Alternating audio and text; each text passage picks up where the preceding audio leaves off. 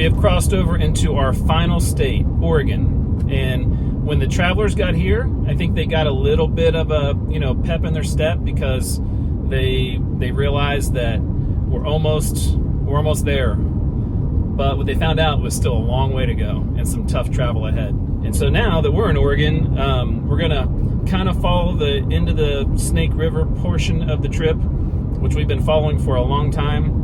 And then we'll split off and kind of head kind of north and west. We enter Oregon from Idaho right here on 19. The Oregon Trail is the red dots once again. This is on the south alternate route that we came in through Idaho. So we're gonna come in this way, head north on 201, and the Oregon Trail goes this way, the south alternate, and you can see the original main route goes this way, and they connect right here. We're gonna go up and check out this town real quick, and then head back down and connect right here, and then on up the way.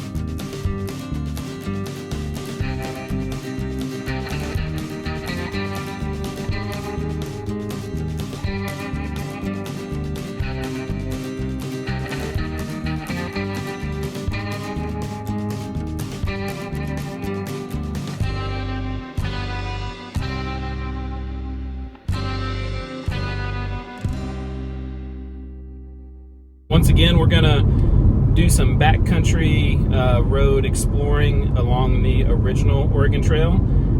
So far, it's worked out pretty well. Once we get north of Vail just a little bit, the Oregon Trail goes this way, and there is a kind of backcountry road, it looks like, to go this way. Although we're not quite sure if it'll go all the way through. So you can see the Oregon Trail goes this way. Right about here, the map shows that the road might not go through.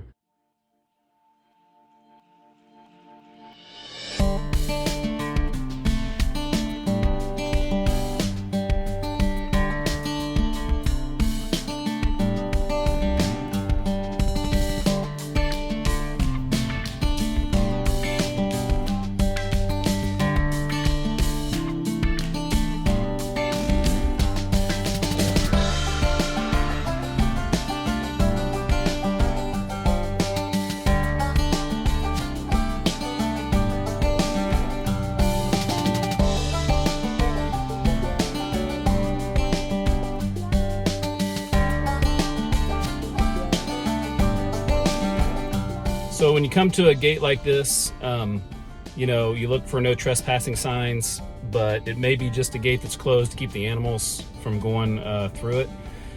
So we're gonna cautiously move forward and see if we can continue on this way, this is the actual still original Oregon Trail.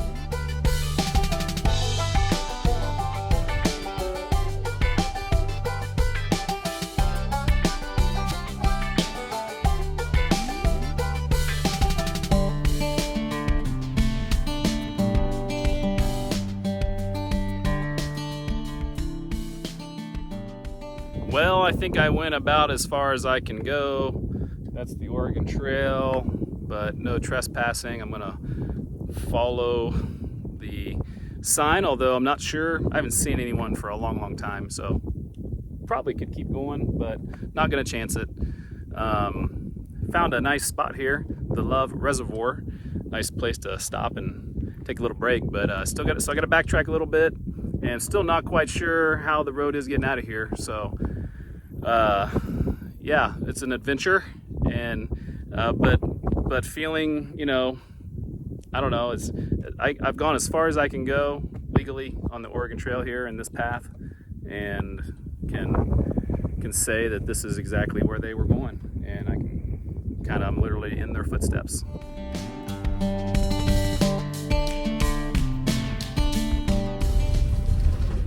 Had to back out quite a ways to be able to turn around. Couldn't even turn around anywhere there.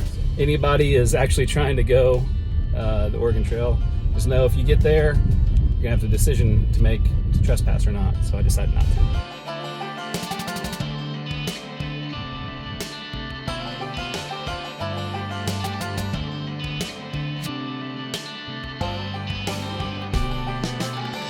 There was a couple more gates I had to open that had been closed. Like there were 2 more towards the end of there, and so, you know, if you want to go that way, you know what there is. So now we're back on the expressway. It's the only way to head to our next destination. So let's resume on the paved roads. So what we had to do was we took this road right here, and that got us over to 84 and 30, and then we were able to connect back with the Oregon Trail here. So couldn't go all the way through, but we got there eventually. And then we'll follow 30, US 30, which basically parallels 84 all the way up. There's a couple small towns. We'll take that all the way up to Baker City.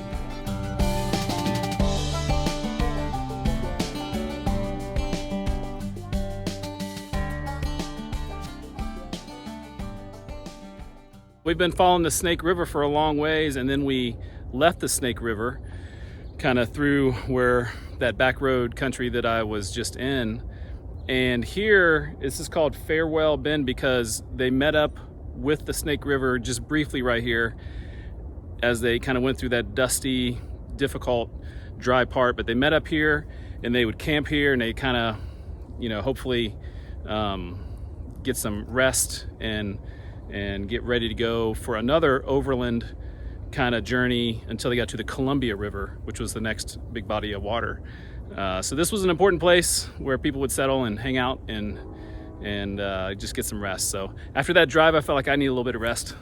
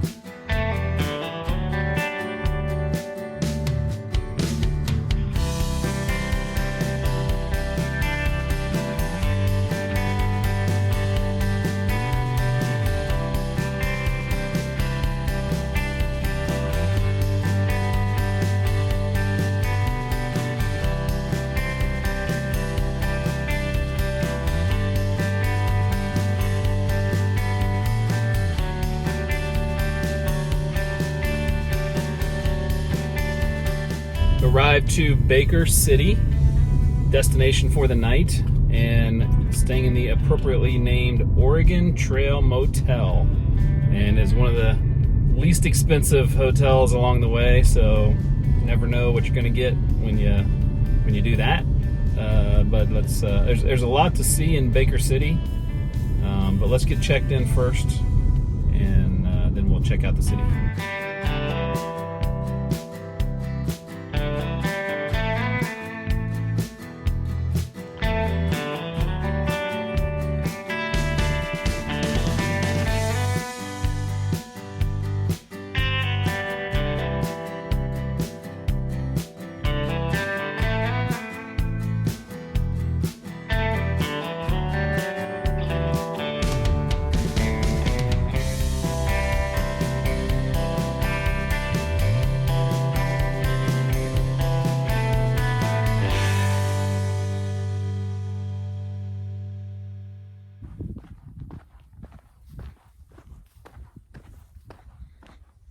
So I thought it would be appropriate, since I'm starting my first full day in Oregon, to go check out some of the authentic wagon ruts here near Baker City. There's, you know, the Oregon Trail is about 2,100 miles, and there's around 300 miles of wagon ruts. So it's quite a bit, but some of them are pretty far off and hard to find. But here in Baker City, near the Oregon Trail Interpretive Center, which is unfortunately closed right now, you can find some of the wagon ruts.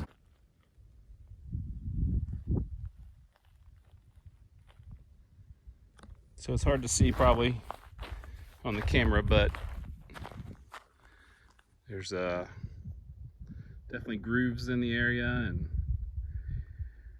while looking at wagon ruts might not be the most exciting thing you can imagine, well, that's the Oregon Trail right in front of us, and a wagon train heading far into the distance. Out of Baker City, you can go a couple different ways. You can take the Interstate 84, which is closer to the Oregon Trail, but I'm gonna go over on US 30 through Haines and then reconnect with it here in North Powder.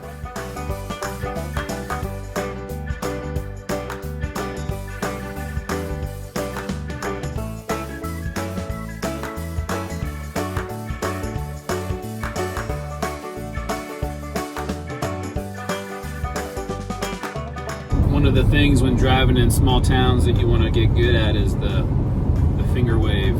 You know, you see somebody coming, and you don't see very many people some of these places. You just give the one finger, you know. I noticed a lot of the women, they do a wave, and I don't know if they do that with other women or if they do that just with guys, but usually guys, one finger. Just do it every time you see somebody in a small town.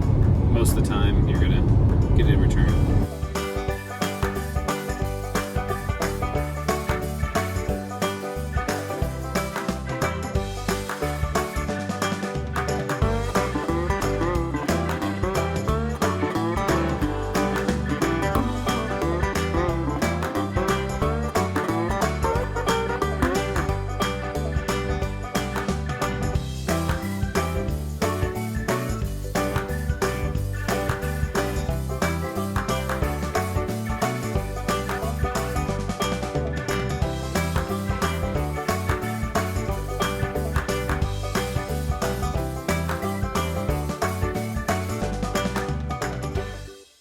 Pulling up to Grange, Oregon, and it might seem like another town along the way, but I know that my friends Cole and Rachel are actually camping out here, and they have their YouTube channel, Working for the Wild. So I actually saw them when I was in Boise, and we hung out, and then they're continuing on their trip, and it happens to be right along the Oregon Trail, and I'm stalking them on the Snapchat map.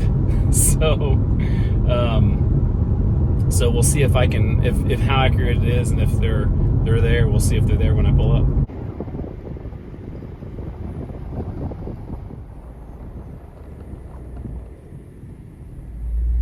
Found them. We'll see if, hopefully they're here.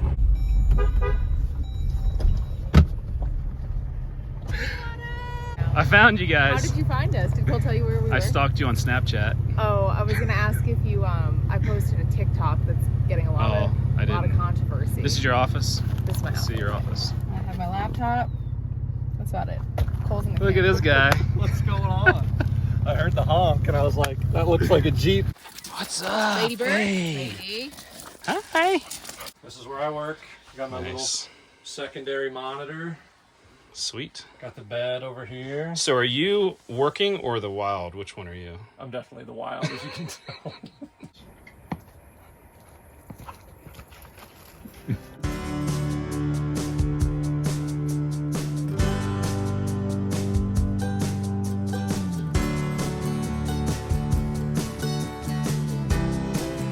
You can watch them. Rachel does an awesome job on their videos. It's called Working for the Wild. I'll put a link in the description.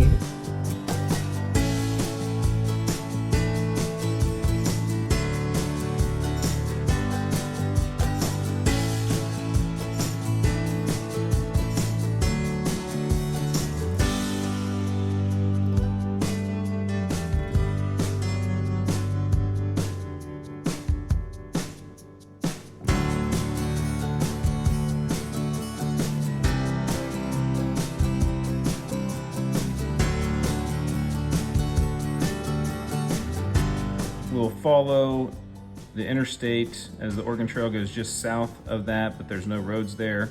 We'll follow the interstate as far as we can, and then eventually we're going to get to a point right here where there's an immigrant trail scenic road.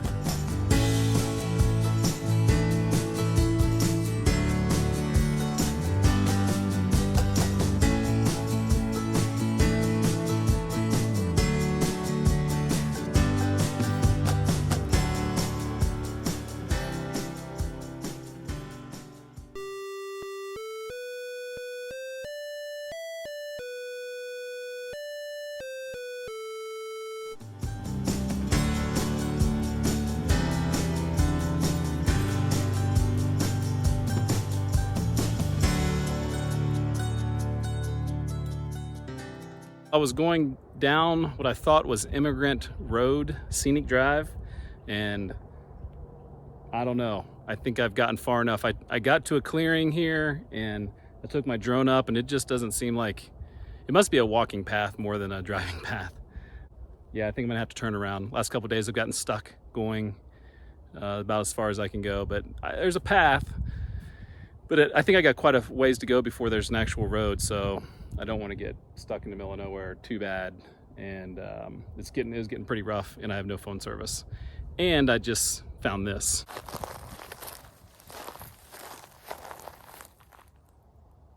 Time to turn around.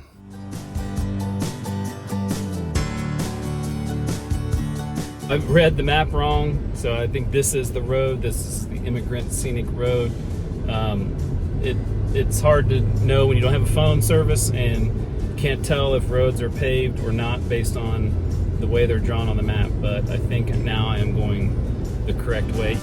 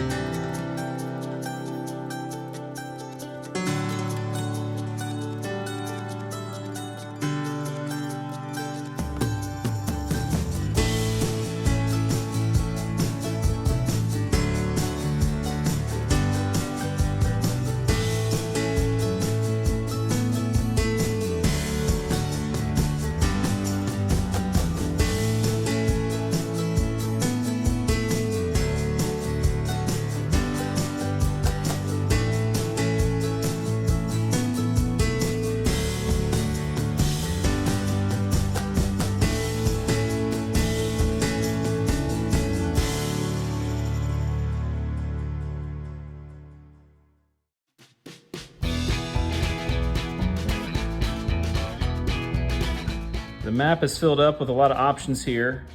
As you can see, you can go multiple ways.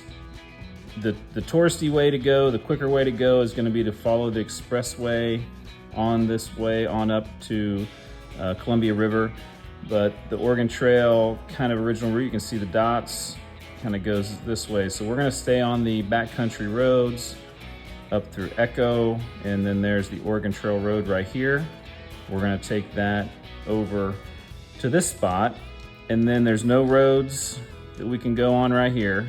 So we're gonna go, you could go north back up to the expressway or south on 207.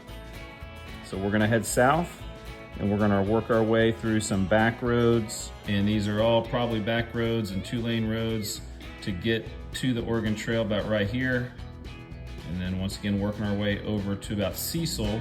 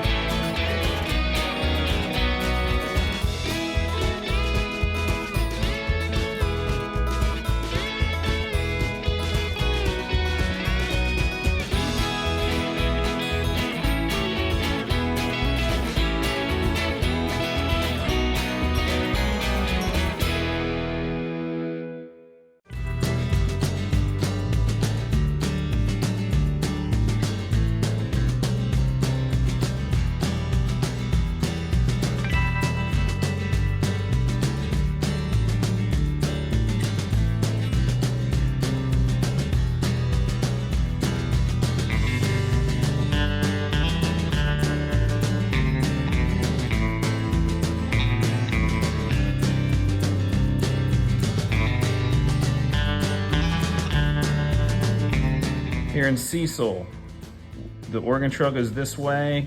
Certainly back country roads to go that direction. You could also take 74 and connect with the expressway if you want to go that route, but we're going to go this way, and hopefully the road goes through.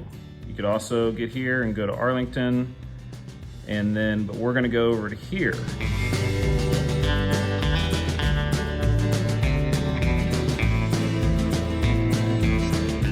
Those are ruts right there. There's several of them around here.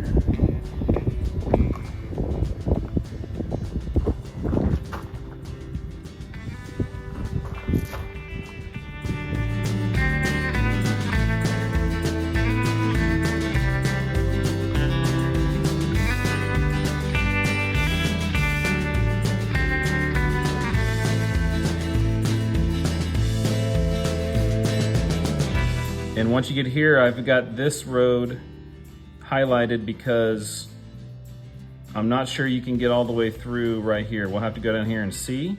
And at McDonald, if there's a way to go across, there's a river right there. If we can't do that, then we may have to turn around. But hopefully we can get through.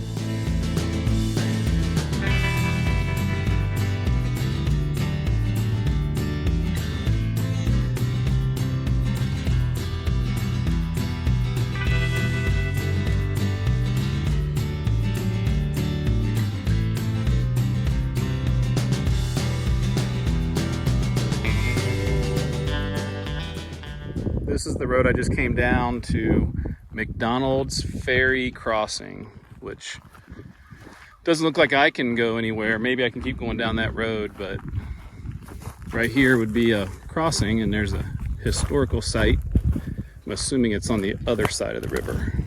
So that's probably where I'm trying to go, on the other side of the river.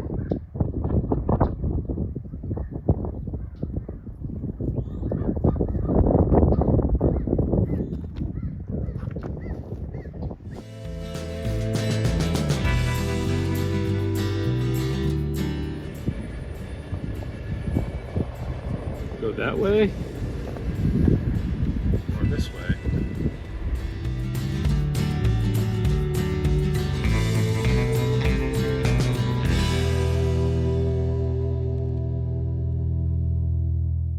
Was hoping that would go through, but no trespassing, no vehicles, it said, so not gonna chance it. Gonna have to backtrack all the way to Rock Creek.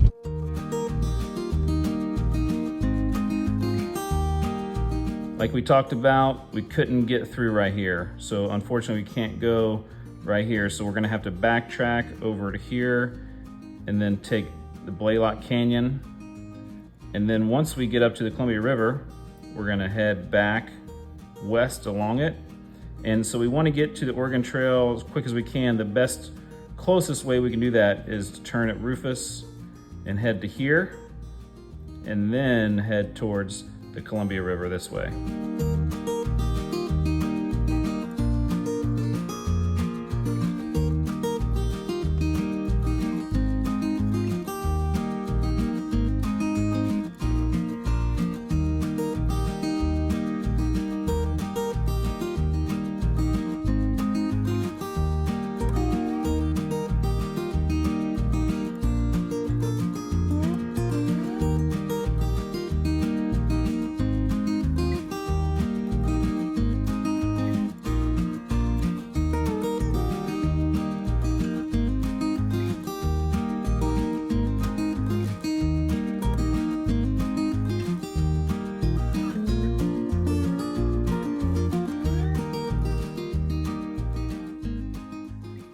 Got a little peak there at the Columbia River, and but that wasn't quite where the pioneers would see it yet. So we're gonna head back down so we can catch where the trail, pick the trail back up near where we left off before, and then we'll head towards where the pioneers actually saw the Columbia for the first time.